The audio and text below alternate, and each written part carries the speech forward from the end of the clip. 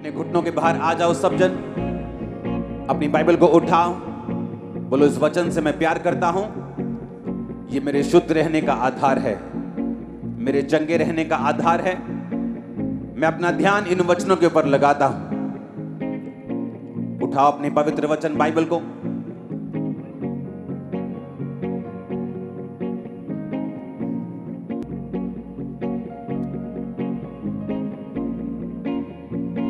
प्रभु यीशु मसीह के सामर्थ्य नाम में हम मांगते हैं। एक बार ऊंची आवाज में हालेलुया बोलो, जोर से हालेलुया बोलो, जोर से। स्वागत है चर्च यीशु मसीह की पवित्र हजूरी में। पौलुस कहता वो कलीसियाएं जिन्होंने काम किया मेरे साथ मिलके, वो बरकत को पाएंगी और उन्हें कोई भी कमी नहीं होगी। वो कलीसिया नहीं जो सिर्फ बरकत ढूंढने के लिए चर्च में आती, वो कलीसिया जिन्होंने अपने दर्शन के साथ, जो उसके दास को मिला है, खुदावंद के दास को मिला है, आपके अगुए को मिला है, उस दर्शन के साथ मिलकर जो काम करती हैं, वही कलीसिया आशीषित है।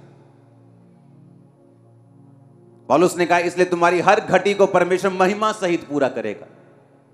किसी के घर में पैसे की कमी हो जाती तो मांगने जाता है, मेरी बेटी की शादी है, मुझे 50,000 रुपए चाहिए, तो सामने वाला बेइज्जती करके उसको देता है। कई बार दे तो देता है लेकिन बेइज्जती करता है 4-5 बार, 10-15 जगह पे उसकी बेइज्जती होती। लेकिन परमेश्वर ने कहा अगर तुम्हें घटी होगी तो वो महिमा सहित, बेइज्जती के साथ नहीं बल्कि इज्जत के साथ मैं पूरी करूंगा, क्योंकि तुमने मेरे कामों में हिस्सा दिया है। तुमने जब बोना था बोया है, जब तुमने प्रार्थना करनी थी प्रार्थना की है, जब रोजा रखना था रोजा रखा है। तुमने मेरे राज्य में मेरी मदद और सहायता की है। जो आप प्रार्थनाएं कर रहे हैं उसका असर होना शुरू हो चुका है। आपको प्रार्थना करनी है परमेश्वर इस चर्च से हजारों मिशनरीज पूरे इंडिया में आप भेजे। उसके लिए काम करना परमेश्वर स्टार्ट करे चर्च में, जो जाएं और हजारों मिशनरीज अलग अलग जगह पे जाके, अलग अलग स्टेट पे जाके परमेश्वर के सुसमाचार को प्रचार कर सके कि परमेश्वर धर्म और जात को बदलने नहीं, जीवन को बदलने के लिए आया। आप विश्वास करते हैं ऐसा होगा? ऐसा श्योरली होगा इन जीसस नेम। उनके लिए जो चीजें चाहिए, जो फाइनेंस चाहिए, वो सब बात की बातें हैं। जब हम शुरू करेंगे खुदावंद का आत्मा सब बातों को कंप्लीट करेगा। हालेलुया। अगर आप चाहते हैं ऐसा हो तो आपको रोज प्रार्थना करने के लिए चर्च में आना है।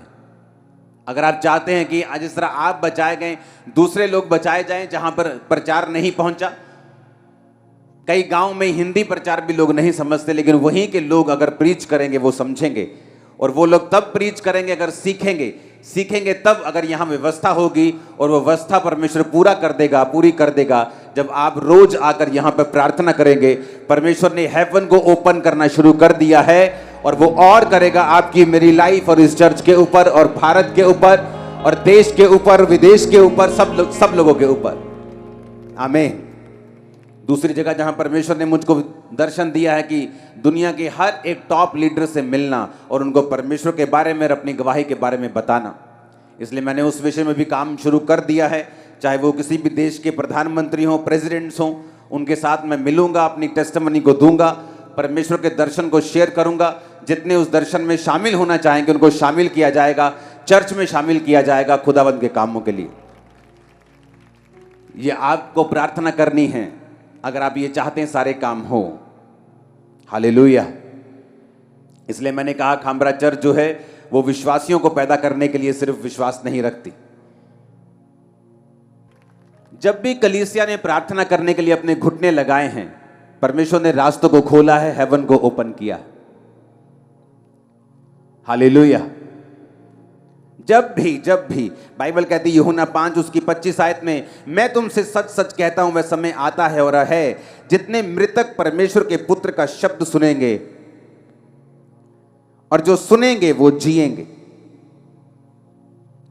यूहन्ना 3 उसकी 31 आयत, जो ऊपर से आता है वह सर्वोत्तम है, जो पृथ्वी से आता है वह पृथ्वी का है और पृथ्वी की ही बातें करता है, जो स्वर्ग से आता है वह सबसे ऊपर है। यूहन्ना 3 उसकी 27 आयत, यूहन्ना ने उत्तर दिया, जब तक मनुष्य को स्वर्ग से ना दिया जाए तब तक वह कुछ नहीं पा सकता। हालेलुया। ऊंची आवाज से बोलो हालेलुया। यूहन्ना 3 उसकी 31, जो ऊपर से आता है वो सर्वोत्तम है। बाइबल कहती है जब आप प्रार्थनाएं करते हैं तो ऐसी चीजें आसमान आपके लिए खुलता है और सर्वोत्तम जो परमेश्वर की ओर से आपकी लाइफ में आता है। लोगों को पैसा मिल सकता है, फेम मिल सकता है, लेकिन अगर वो ऊपर से नहीं आया तो वो सर्वोत्तम नहीं है। अगर वो ऊपर से नहीं आया उसकी कोई भी गारंटी नहीं है। इसीलिए बहुत से लोग मिलियंस फॉलोअर्स को लेने के बाद भी, एक बड़ी कुर्सी पे पहुंचने के बाद भी, बड़े पॉलिटिकल कैरियर में सफल होने के बाद भी सुसाइड कर लेते हैं, क्योंकि बाइबल कहती है जो ऊपर से नहीं आया वो सर्वोत्तम नहीं है। और बाइबल कहती है जब डैनियल ने प्रार्थना करनी शुरू की और परमेश्वर से मांगना शुरू किया, तो वचन कहता है कि पहले ही दिन जब उसने प्रार्थना और उपवास के साथ परमेश्वर के सामने दुहाई देनी शुरू की, तो बाइबल कहती है परमेश्वर ने उसकी प्रार्थना सुन के उत्तर को भेजा, अपने दूत को भेजा। रास्ते में शैतान उस दूत से लड़ता रहा, और जब दूत लड़के शैतान से डैनियल के पास पहुंचा और बताया कि मैं तेरी प्रार्थना का उत्तर देने के लिए आया हूं, जब तुमने पहले ही दिन अपना मन लगाकर प्रार्थना शुरू की थी, मुझे उत्तर देने के लिए तुझे भेज दिया गया था। बाइबल कहती है जो ऊपर से आता है वो सर्वोत्तम है, लेकिन ऊपर से जो आएगा वो तभी आएगा जब आप मांगेंगे, क्योंकि वचन कहता है मांगो तो दिया जाएगा। अगर आपने मांगा नहीं तो आपने पाया नहीं। परमेश्वर ने कहा मैं अपने बच्चों के मांगने से पहले जानता हूं कि उन्हें किन चीजों की आवश्यकता है, लेकिन मैं उन्हें तभी देता हूं जब वो मांगते हैं, क्योंकि वचन कहता है मांगो तो दिया जाएगा। हालेलुया। परमेश्वर ने कहा जब तक मनुष्य को स्वर्ग से ना दिया जाए वो नहीं पा सकता। और वचन की गहराई बताती है कि जब आप परमेश्वर के सामने घुटनों को टेकते हैं और प्रार्थना करते हैं, दाऊद कहता मैं सांझ को, मैं भोर को, दोपहर को, तीनों पहर तेरी दुहाई देता रहूंगा और तू मेरी सुन लेगा। बाइबल कहती है डैनियल 3 टाइम परमेश्वर के सामने परमेश्वर का धन्यवाद करने के लिए और प्रार्थना करने के लिए जाया करता था।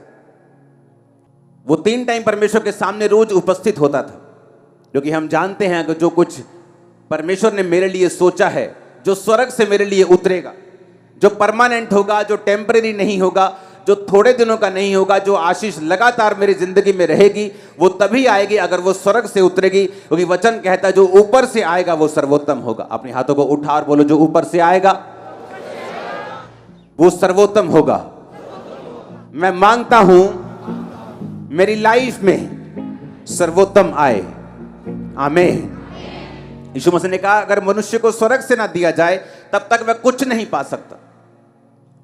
संसार की ब्लेसिंग लोगों की आती चली जाती, आज वो अर्श पे हैं, कल वो फर्श पे हैं, लेकिन परमेश्वर ने कहा अगर तुम्हें स्वर्ग से दिया जाएगा तो वो आशीष परमानेंट होगी, वंशों तक चलेगी, वो सर्वोत्तम होगी। आमीन। अगर हम पुराने नियम में देखें, जब परमेश्वर ने मूसा को कहा था कि तू इस तरह का तंबू मेरे लिए बनाना, और उस तंबू में अगर हम देखते हैं 4 नंबर फोटो के ऊपर, तो उस तंबू में बाइबल कहती है कि जब पवित्र स्थान में जाते थे तो एक लैंप होता था जो 7 दीवटें होती थी, जो पवित्र आत्मा की निशानी है। उसके सामने बिल्कुल अगर आप देखेंगे तो मेज में रोटियां पड़ी हुई होती थी। बाइबल कहती है जो लैंप है, जो पवित्र आत्मा की निशानी है, रोमियो 8 उसकी 26 और 27 में लिखा इसी रीति से आत्मा भी हमारी दुर्बलता में सहायता करता है, क्योंकि हम नहीं जानते प्रार्थना किस रीति से करनी चाहिए, परंतु आत्मा आप ही ऐसी आहें भरकर जो बयान से बाहर है हमारे लिए विनती करता है। और मनों का जांचने वाला जानता है कि आत्मा की मनसा क्या है, क्योंकि वह पवित्र लोगों के लिए परमेश्वर की इच्छा के अनुसार विनती करता है। बाइबल कहती है कि वो आत्मा हमारी दुर्बलता में सहायता करता है, क्योंकि हम नहीं जानते प्रार्थना किस रीति से करनी चाहिए। पवित्र स्थान में जब मूसा को परमेश्वर ने दिखाया कि एक लैंप रखना, एक ही टुकड़े से उसे बनाना और 7 दीवटें बनाना, जिसका मतलब है पवित्र आत्मा की प्रेजेंस। एक विश्वासी जब पवित्र आत्मा में होकर प्रार्थना करता है, बाइबल कहती है वो नहीं जानता प्रार्थना किस रीति से करनी चाहिए। इस तरह लोग बोलते हैं मैं प्रार्थना में क्या बोलूंगा, मुझे प्रार्थना करनी नहीं आती, लेकिन बाइबल कहती है जब पवित्र आत्मा आप ग्रहण करते हैं, जो कि आपको पापों की क्षमा के साथ प्राप्त होता है, आप खुदावन से पापों की क्षमा को मांगते हैं, यीशु के लहू को मांगते हैं, आप पाप छोड़ते हैं, अपने जीवन में एक ही परमेश्वर यीशु मसीह को ग्रहण करते हैं, उसके पीछे चलना शुरू करते हैं, उसके वचन को मानना शुरू करते हैं। बाइबल कहती है पवित्र आत्मा आपके अंदर आता है, परमेश्वर आपको पवित्र आत्मा से भरता है, और जब पवित्र आत्मा से वो आपको भरता है तो बाइबल कहती है जब आप प्रार्थना करना नहीं जानते, क्योंकि मनुष्य जब भी प्रार्थना करेगा बक बक के अलावा कुछ नहीं करेगा। क्योंकि बाइबल कहती, परमेश्वर ने कहा अन्य जातियों की तरह प्रार्थना में बक बक मत करो, क्योंकि उन्हें लगता है कि जब वो बहुत बोलेंगे, अलग अलग तरह से बोलेंगे तो उनकी सुनी जाएगी। परमेश्वर ने कहा अन्य जातियों की तरह प्रार्थना में बक बक ना करो, पर पवित्र आत्मा जब तुम्हारे अंदर होगा वो तुम्हें प्रार्थना करने को सिखाएगा। हालेलुया। क्योंकि तुम नहीं जानते प्रार्थना किस रीति से करनी चाहिए। आप नहीं जानते आप 365 दिनों के लिए क्यों इकट्ठा हुए। मैं भी नहीं जानता पूरी रीति के साथ, लेकिन मैं जानता हूं ये परमेश्वर ने कहा है, और जैसे ही आप इकट्ठा होना शुरू हुए हैं परमेश्वर ने काम करना शुरू किया है। अब परमेश्वर ने क्यों वो फोटो में दिखाया है कि वो पवित्र आत्मा उस लैंप को उसी जगह क्यों रखा जहां रोटी पड़ी है। ये विश्वासियों के लिए एक मैसेज है। अगर आपकी लाइफ में पवित्र आत्मा नहीं है तो आप नहीं जानते प्रार्थना किस रीति से करनी चाहिए, और अगर आपको पवित्र आत्मा के द्वारा प्रार्थना नहीं करते, आप नहीं पा सकते जो ऊपर से आता है। आप धरती की आशीषें पा सकते हैं, लेकिन वो परमेश्वर की ओर से अगर नहीं है, वो टेम्परेरी है, थोड़ी देर के लिए है। बाइबल कहती है जो सुख यहोवा देता है उसके साथ वो दुख नहीं मिलाता। अगर वो आपको पैसा देगा, उसको भोगने की शक्ति भी देगा। अगर आपको वो शरीर देगा, वो पैसा भी देगा। अगर पैसा देगा तो आपको बीमारियां नहीं देगा कि आप उसका आनंद मान सकें, अपने बच्चों के साथ, फैमिली के साथ रह सकें। वो आपको बरकत देगा। और बाइबल कहती है जो ऊपर से आता है वो सर्वोत्तम है। और अगर ऊपर से कोई ब्लेसिंग चाहिए तो आपको प्रार्थना करनी आनी चाहिए। अगर प्रार्थना आनी आपको सीखनी है तो बाइबल कहती तुम अपनी मर्जी से प्रार्थना नहीं कर सकते, पवित्र आत्मा तुमको सिखाता है प्रार्थना किस रीति से करनी चाहिए। आमीन। कई बार आप प्रार्थना करने के लिए बैठते हैं, आपको रोना आता है। कई बार आप प्रार्थना करने के लिए बैठते हैं, आपको जोश आता है। आप प्रार्थना करने के लिए बैठते हैं, कई बार आपका दिल करता है वर्शिप सुने, आनंद से। ये सब पवित्र आत्मा के कार्य हैं। आमीन। पवित्र आत्मा आपकी लाइफ में करता क्या है?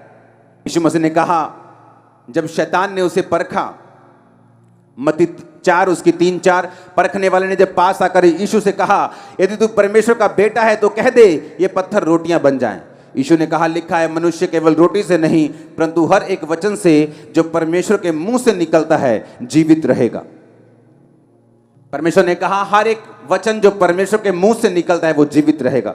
अगर इस वचन को हम यूनानी भाषा में पढ़ें, जो शब्द लिखा गया वचन, 2 तरह का वचन है, एक है लोगोस, एक है रेमा। लोगोस यानी जो बाइबल में लिखा हुआ है, लिखा हुआ वचन जिसे लोगोस बोलते हैं, और रेमा वचन जो खास आपके लिए किसी खास परिस्थिति में, आपकी जिंदगी के किसी खास टाइम पर परमेश्वर देता है, उसे रेमा वचन कहते हैं। जीसस ने कहा अगर तुम्हें जिंदा रहना है तो तुम्हें परमेश्वर के मुंह से निकला वचन, ये वचन लोगोस की बात नहीं हो रही। जब यूनानी भाषा में इस जगह वचन की ट्रांसलेशन को पढ़ते हैं तो उस जगह लिखा है रेमा, कि तुम अगर जिंदा रहना चाहते हो तो तुम्हें परमेश्वर से रेमा वचन चाहिए। हालेलुया। बाइबल कहती है जब पतरस परमेश्वर के सामने था और परमेश्वर पानी पे चल रहे थे तो पतरस ने ऐसा नहीं कहा कि मैं तेरे पास पानी पे चल के आ रहा हूं, मैं जिस तरह इजराइलियों ने समुद्र 2 भाग करके बीच से चल पड़े थे मैं भी तेरे पास आ रहा हूं। उसने ऐसा नहीं कहा। उसने कहा परमेश्वर अगर तू आज्ञा देगा, अगर तू आज्ञा देगी पानी पे चल के आ तो मैं आऊंगा। उसने रेमा वचन मांगा परमेश्वर से, और परमेश्वर ने कहा पतरस आ जा। कोई भी चेला पानी पे नहीं चला पतरस के अलावा, क्योंकि परमेश्वर ने उसको रेमा वचन यानी वो वचन जो उसकी जिंदगी में खास परमेश्वर ने दिया था। हालेलुया। आपके घर में गेहूं है कि नहीं? है कि नहीं? क्या उसको खा सकते, भूख मिटा सकते? क्या वो अन्न नहीं है? क्या वो अन्न है कि नहीं? क्या फिर भी उसको खा सकते हैं? क्या नहीं खा सकते। उसका आटा बनाना पड़ेगा, उसको खाने योग्य करना पड़ेगा, तभी उसको खा सकते हैं। जो परमेश्वर का लिखा हुआ वचन है वो गेहूं की तरह है, और जो परमेश्वर का रेमा वचन है वो पिसे हुए गुथे हुए आटे की तरह जिसकी सिर्फ रोटियां बननी। आमीन। है तो वो भी वचन ही, लेकिन आपकी लाइफ में अभी पर्सनल नहीं हुआ क्योंकि आपने अभी लिखा हुआ जो वचन है उसको पढ़ा नहीं है। आप परमेश्वर की प्रेजेंस में बैठे नहीं हैं, आपने पवित्र आत्मा के साथ समय नहीं बताया कि वो लिखे हुए वचन को आपकी जिंदगी में जीवित कर दे। एक व्यक्ति बीमार हो सकता है चर्च में, और उसे मालूम है कि जीसस क्राइस्ट के कोड़े खाने से मैं चंगा हो चुका हूं, लेकिन कभी प्रार्थना में नहीं बैठा। लेकिन जैसे ही वो प्रार्थना में बैठेगा, इस वचन को पढ़ेगा, इस वचन को रियलाइज करेगा कि जीसस ने मेरे लिए कोड़े खाए हैं, वो इस वचन के विषय में प्रार्थना करेगा, तो हो सकता है ये वचन पवित्र आत्मा एक दिन उसके जिंदगी में जीवित कर दे। और जैसे ही वचन जीवित होता है, उसको अंदर से मालूम होना शुरू हो जाता है कि नहीं, अब उसके कोड़े खाने से मैं सचमुच चंगा हो चुका हूं, ये बीमारी जाएगी, मैं नेक्स्ट टाइम जब डॉक्टर के पास जाऊंगा ये रोग जा चुका होगा और मेरी रिपोर्ट नॉर्मल होगी। मैं उस वचन की बात कर रहा हूं। आमीन। लेकिन ये प्रैक्टिकल चीजें हैं। जब आप परमेश्वर की प्रेजेंस में बैठते हैं, पवित्र आत्मा की मदद को मांगते हैं, तो वो आपकी लाइफ में आपको देता है। कितने इस बात को समझ रहे हैं? इसलिए उसने कहा हर एक वचन से जो प्रभु के मुख से निकलेगा तुम जीवित रहोगे। हर एक उस रेमा वचन से। मेरी लाइफ में रेमा वचन अलग है जो परमेश्वर ने मुझे दिया। मेरी लाइफ के अलग अलग संघर्ष के दिनों में परमेश्वर ने मुझे रेमा वचन दिया। संघर्ष से निकल गया तब भी रेमा वचन दिया, आगे बढ़ने के लिए, चर्च को एक नेक्स्ट लेवल पे लेके जाने के लिए। अब भी वो मुझको रेमा वचन देता है एक नेक्स्ट लेवल पे जाने के लिए और आगे बढ़ने के लिए। वो आपको रोज रोज, हर महीने, हर 15 दिन में, हर 6 महीने वो आपको रेमा वचन देता है। वो आपके बिजनेस के लिए हो सकता है, आपकी फैमिली के लिए हो सकता है, वो आपके परिवार के लिए हो सकता है, आपके शरीर के लिए हो सकता है, आपकी सेवकाई के लिए हो सकता है। जो कुछ परमेश्वर ने आपके लिए सोचा है, जो सर्वोत्तम है, जो स्वर्ग में आपके लिए रखा हुआ है, उसको नीचे धरती पर प्रैक्टिकल लाने के लिए आपको पवित्र आत्मा के साथ संगति करनी पड़ेगी। आपको वचन पढ़ना पड़ेगा और आपको वचन पढ़ते हुए यह ध्यान रखना पड़ेगा कि वो पवित्र आत्मा जो आपके अंदर है उस वचन को एक दिन जिंदा कर देगा। जो कच्चा अन्न आपके पास है उसको एक दिन पका देगा और उससे आप अपनी भूख को मिटाएंगे। और आप ही नहीं, आपका परिवार भी अपनी भूख को मिटाएगा। आमीन ऊंचे वाला चाहिए चर्च। हालेलुया। इसलिए वचन में लिखा कि तुम नहीं जानते प्रार्थना किस रीति से करनी चाहिए। पवित्र आत्मा तुम्हें प्रार्थना करना सिखाता है।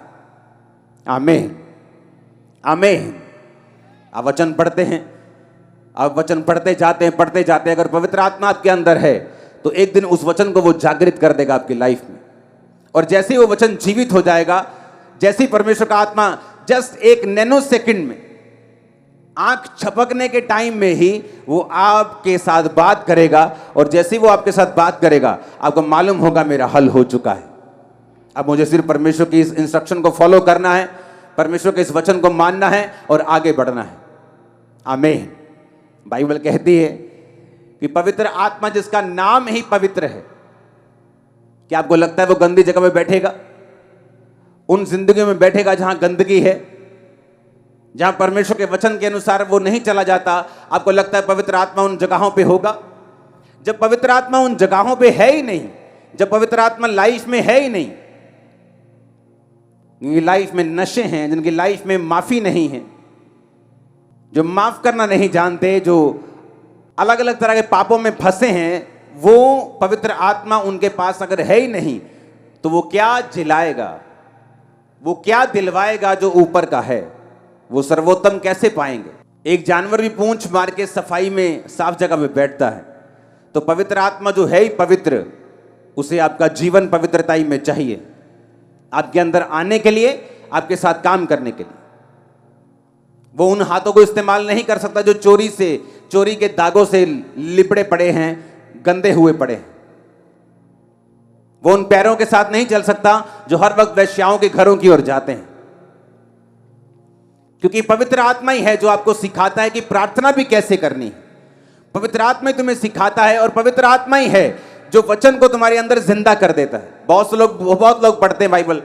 बहुत से ऐसे लोग हैं जिन्होंने बाइबल को एज ए सब्जेक्ट पढ़ के पीएचडी की हुई, लेकिन अभी भी पवित्र आत्मा के गहरे भेदों को वो नहीं जानते, क्योंकि उन्होंने बाइबल सब्जेक्ट के रूप में पढ़ी है। लेकिन पवित्र आत्मा ही वचन में कहता है, नीति वचन में, कि मैं तुमको अपने वचन बताऊंगी, मैं वचन के गहरे भेद तुम पर उड़ेल दूंगी। वो कौन कह रहा है? वो परमेश्वर की आत्मा आपसे कह रही है। हालेलुया। परमेश्वर का आत्मा अगर आपके अंदर होगा, आपको प्रार्थना करनी आ जाएगी, अगर परमेश्वर का आत्मा आपके अंदर होगा, जब आप वचन को पढ़ेंगे, उस वचन को वो जिंदा कर देगा, आपके लिए रेमा वचन बना देगा। और जीसस ने कहा अगर तुम्हारे पास रेमा वचन नहीं है, तुम जिंदा नहीं रह सकते। कौन से जिंदापन की मैं बात कर रहा हूं? अगर लोगों के घरों में चले जाओ, शादी तो हुई है लेकिन मरी हुई है। वो हस्बैंड वाइफ तो हैं लेकिन लोगों की निगाहों में। बिजनेस तो है लेकिन अंदर से मरा हुआ है, अंदर से खोखला है, अंदर से कर्जों से भरा हुआ है, अंदर से मरा हुआ है। फैमिली तो है, अंदर से डेड है। शरीर तो दिख रहा है, अंदर से डेड है। परमेश्वर ने कहा जब तक तुम परमेश्वर के वचनों को नहीं लोगे, रेमा वचन को प्राप्त नहीं करोगे, तुम जी नहीं सकते। हालेलुया। यीशु के वचन में लिखा जितने मृतक परमेश्वर के वचनों को सुनेंगे वो जिएंगे। कौन से मुर्दों की परमेश्वर बात कर रहा है? वो उन्हीं मुर्दों की बात कर रहा है जो अलग अलग सिचुएशन में मरे हुए हैं। अगर उसने कहा अगर तुम जीना चाहते हो तो पवित्र आत्मा को अपने अंदर बसाओ, पापों से तौबा करो, मेरे सामने आओ। पवित्र आत्मा तुम्हें प्रार्थना करना सिखाएगा। पवित्र आत्मा उन शब्दों को, वचन को, लोगोस को, जो लिखा हुआ वचन है, तुम्हारी जिंदगी में जीवित कर देगा। आप घर में आए और आपको बहुत भूख लगी हो और दाल पड़ी हो घर में, जितनी मर्जी भूख लगी हो, आप कच्ची दाल नहीं खा सकते। अगर आप बोलेंगे मेरे पास पकाने का टाइम नहीं, आप कच्ची दाल खा जाएंगे, आप उल्टा बीमार हो जाएंगे। उसी तरह से वचन है लिखा हुआ, वो आपको मिलता है, उसको पकाना आपने है। पकाने के लिए आपको तरीका चाहिए, पकाने के लिए आपको मेहनत चाहिए, पकाने के लिए आपको थोड़ा पेशेंस चाहिए, थोड़ा सा इंतजार चाहिए, थोड़ी सी टेक्निक चाहिए। और उसी तरह से पवित्र आत्मा आपकी लाइफ में करता है। आप वचन को पढ़ते हैं, आप कच्चा राशन ले जाते हैं घरों में, लेकिन जिस दिन आप पवित्र आत्मा की सहायता से उस वचन को पढ़ के उसको पर्सनल कर लेते हैं और वो वचन जिंदा हो जाता है, वो पक जाता है और आप उसे खाकर अपनी भूख मिटाते हैं। कितने मेरी बातों को समझ रहे हैं? इसलिए बहुत लोगों के घर में कच्चा राशन तो है लेकिन वो उसे पका नहीं सकते क्योंकि पवित्र आत्मा उनके पास नहीं। इसलिए परमेश्वर होने के बावजूद भी, बाइबल उनके घरों में होने के बावजूद भी वो भूखे हैं। क्रिश्चियन होने के बावजूद वो भूखे हैं और प्यासे हैं और मरे हुए हैं, क्योंकि कच्चे राशन से आप अपने पेट को नहीं भर सकते। आप जितना भी कोशिश कर लें, आप उसे नहीं खा सकते। आपको उसे पकाना ही पड़ेगा अगर आपको भूख मिटानी है तो। हालेलुया। उसी तरह से पवित्र आत्मा जब आप प्रार्थना में बैठते हैं, वो प्रेयर करना सिखाता है। बाइबल कहती है वो आहें मारकर ऐसी प्रार्थनाएं करता है जो वर्णन से बाहर हैं। और बाइबल कहती है वो उस वचन को जिंदा करता है जो वचन आप पढ़ते हैं, क्योंकि परमेश्वर ने कहा इंसान अकेली रोटी से जिंदा नहीं रहेगा। इसीलिए जब आप परमेश्वर के उस भवन को देखते हैं, मूसा के उस तंबू को देखते हैं, तो आप उसके अंदर रोटियों को पड़ा हुआ भी देखते हैं। पवित्र आत्मा के सामने वो रोटियां पड़ी हैं, मेज के ऊपर रोटियां पड़ी हैं। रोटी का मतलब परमेश्वर ने कहा मेरे रोज की रोटी मुझे रोज दे। किस रोटी की वो बात कर रहा है? वो उस रोटी की बात नहीं कर रहा है जो आप समझ रहे हैं। अगर उसने आपको पैदा किया है तो ये रोटी, पानी, कपड़ा, परमेश्वर ने कहा ये ऐसी तुम्हारे पास आ जाएगा, जस्ट मेरे धर्म और राज्य की खोज करो। अगर वो कौओं को, अगर वो चिड़ियों को खिलाना जानता है तो पिता तुम्हें भी खिलाएगा। अगर वो फूलों को सुलेमान से भी अच्छे कपड़े पहनाना जानता है, हम बोलते वाह कितना ब्यूटीफुल फ्लावर है, एक कितना सुंदर फ्लावर है। परमेश्वर ने कहा अगर वो फूलों को ऐसे कपड़े पहनाता है जो कल सूख जाएंगे, सुलेमान भी ऐसे कपड़े नहीं पहन सकता था, तो वो तुम्हें क्यों करना पहनाएगा? पर अगर तुम उसके धर्म और राज्य की खोज करो तो सब वस्तु तुम्हें मिल जाएंगी। तो परमेश्वर क्यों यहां रोटी की बात कर रहा है? और परमेश्वर यीशु मसीह ने भी कहा कि तुम प्रार्थना किया करो कि मेरे रोज की रोटी मुझे रोज दे। वो किस रोटी की बात कर रहे हैं? वो उसी रोटी की बात कर रहे हैं जो मैंने आपको समझाई है, जो रोज की रेवलेशन आपको चाहिए, जो रोज की ग्रेस आपको चाहिए, रोज का अनुग्रह आपको चाहिए अपना काम करने के लिए, क्रिश्चियन जीवन जीने के लिए, अपना बिजनेस चलाने के लिए भी आपको ग्रेस चाहिए, सेवकाई चलाने के लिए आपको ग्रेस चाहिए, बड़ा काम करने के लिए, लोगों के प्रधानमंत्रियों से मिल आपको ग्रेस चाहिए, आपको इनर पीस चाहिए, आपको ताकत चाहिए, आपको विजडम चाहिए, आपको बुद्धि चाहिए परमेश्वर कैसे बड़े काम करने। और कैसे आएगी ये? उसने कहा पवित्र आत्मा तुम्हें बताएगा। तुम सोच के मत जाना तुम क्या बोलोगे, पवित्र आत्मा तुम्हें बता दिया करेगा तुम्हें क्या बोलना है। हालेलुया। इसलिए रोटियां पड़ी हैं वहां पे, परमेश्वर ने कहा मेरे रोज की रोटी मुझे रोज दे, ताकि तुम रोज परमेश्वर की प्रेजेंस में बैठो, रोज रेमा वचन लो, रोज परमेश्वर के वचन को पर्सनलाइज करो, उसे अपना बनाओ, इंडिविजुअली उसे मानो, अपनी लाइफ के लिए उसे कबूल करो। तो उसने कहा मेरी रोज की रोटी मुझे रोज दे। वो उन रोटियों की बात नहीं कर रहा, कहता वो रोटियां तो चिड़ियों को भी वो खिलाता है, कौओं को भी खिलाता है, तो तुम्हें क्यों ना खिलाएगा? फूलों को पहनाता तुम्हें क्यों ना पहनाएगा? पर कहता मेरे धर्म और राज्य की खोज करो तो सब वस्तु में पीछे पड़ के तुम्हें मिल जाएंगे। पर कहता प्रार्थना करो कि मेरी रोज की रोटी मुझे रोज दे। Hallelujah, hallelujah. आसमान से मन्ना इजराइलियों के लिए बरसता था, रोज सुबह जाते थे, इकट्ठा करते थे, शाम तक खाते थे। अगर शाम का बचाते थे जो सड़ जाता था, परमेश्वर ने कहा रोज इकट्ठा करना मन्ना, मैं तुम्हें 2 दिन के लिए नहीं दूंगा, सिवाय शनिवार के तुम 2 दिन के लिए इकट्ठा करोगे, सब्त के दिन के लिए इकट्ठा करोगे, लेकिन रोज रोज तुम एक दिन के लिए ही इकट्ठा करोगे। तुम्हें रोज बैठना है। एक बार प्रार्थना में 2 घंटे बैठ गए, अब 2 दिन जरूरत नहीं, कहता ऐसा नहीं चलेगा। रोज का मन्ना लेना है, रोज प्रेयर करनी है, रोज खुदावंद की प्रेजेंस में बैठना है, रोज अपना क्रूस उठाना है, रोज पाप से बच के रहना है, रोज प्रतिदिन जो मेरा क्रूस उठाएगा, बाइबल कहती है मेरा चेला होगा। हालेलुया। रोज रोज रोज खुदावंद की प्रेजेंस में बैठना है, पवित्र आत्मा को इनवाइट करना है, क्योंकि आपको बुद्धि चाहिए, आपको ग्रेस चाहिए इस लाइफ में आगे बढ़ने के लिए, अटैक से बचने के लिए, शैतान से बचने के लिए, आगे बढ़ने के लिए, परमेश्वर की आवाज को सुनने के लिए, उसकी योजना को पूरा करने के लिए, ग्लोरियस लाइफ जीने के लिए, घटी से ऊपर जीने के लिए, महिमा में जीवन जीने के लिए। जोर से तारीफ करो खुदावंद की, वो आपकी लाइफ में काम कर रहा है चर्च। आमीन, आमीन। कितने समझ रहे हैं इन बातों को? जब आप प्रेयर करते हैं, हेवन ओपन होता है आपके लिए। पवित्र आत्मा की तरह प्रार्थना करते हैं, वो आपको बताता है आपको क्या करना है, आपको गाइड करता है। एक स्टूडेंट को वो गाइड करता है किस जगह जाना है, कौन से कॉलेज में जाना है, कौन सी पढ़ाई करनी है। एक बिजनेसमैन को वो गाइड करता है किस तरह से कामों को करना है। एक पास्टर को गाइड करता है किस तरह आगे बढ़ना है। अपने पड़ोसी को बोलो जो ऊपर से आता है, यूहन्ना 3 उसकी 31 आयत, वो सर्वोत्तम है। जो पृथ्वी से आता है वो पृथ्वी का है, पृथ्वी की ही बातें कहता है। हालेलुया।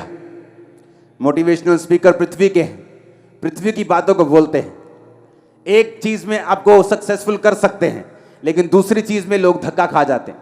पैसे में अमीर हो जाते हैं, परिवार में गरीब हो जाते हैं, सेहत में गरीब हो जाते हैं। लेकिन जीसस ने कहा जो ऊपर से आएगा वो सर्वोत्तम होगा, सब दिशाओं में तुम्हें ब्लेस करेगा। सर्वोत्तम आशीषें आपकी लाइफ में एंटर करें। आमीन। ऊंचाई ये बरकत आपकी है। मैंने कहा सर्वोत्तम ब्लेसिंग्स आपकी लाइफ में एंटर करें। आमीन। ऊंचाई ये बरकत आपकी है। चर्च अपने हाथों को उठाओ। Thank you Jesus. ऊंची आवाज में बोलो थैंक यू जीसस। ऊंची आवाज में बोलो थैंक यू जीसस। आमीन, आमीन। आप तैयार हैं रोज खुदावंद की प्रेजेंस में बैठने के लिए, पवित्र आत्मा के द्वारा प्रार्थना करने के लिए, रेमा वचन लेने के लिए, साफ जीवन जीने के लिए? उसके बिना कोई इलाज नहीं है। आमीन।